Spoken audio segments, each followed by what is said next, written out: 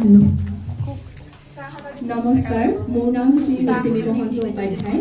মই আজি লখিমপুৰ মহন্ত পমী বাইদেউ ৰচিত এটি কবিতা আবৃত্তি কৰিব ওলাইছোঁ। কবিতাটিৰ নাম হৈছে হে মহান পুৰুষ। হে মহান পুৰুষ লাচিত বৰফুকন, তোমাৰ মাতৃস্নেহ অতুলনীয়।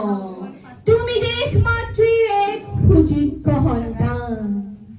তুমি ধৈৰ্যৱান, তুমি সাহসী, তুমি বীৰ বাহুবলী।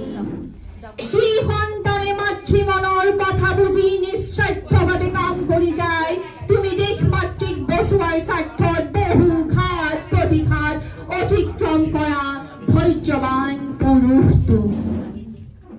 দেশ মাতৃৰ শত্ৰুক পৰাস্ত কৰিবলৈ কাৰো আদেশ নালাগে তোমাক। সাহসিকতাই নিজৰ প্ৰাণৰ কথা নাভাবিও দেশ মাতৃৰ হৈ জঁপিয়াই পৰা বাহুবলী বীৰ তুমি। হে মহান পুৰুষ, তোমাক শত নমস্কাৰ, তোমাক শত নমস্কাৰ, তোমাক শত নমস্কাৰ। ধন্যবাদ।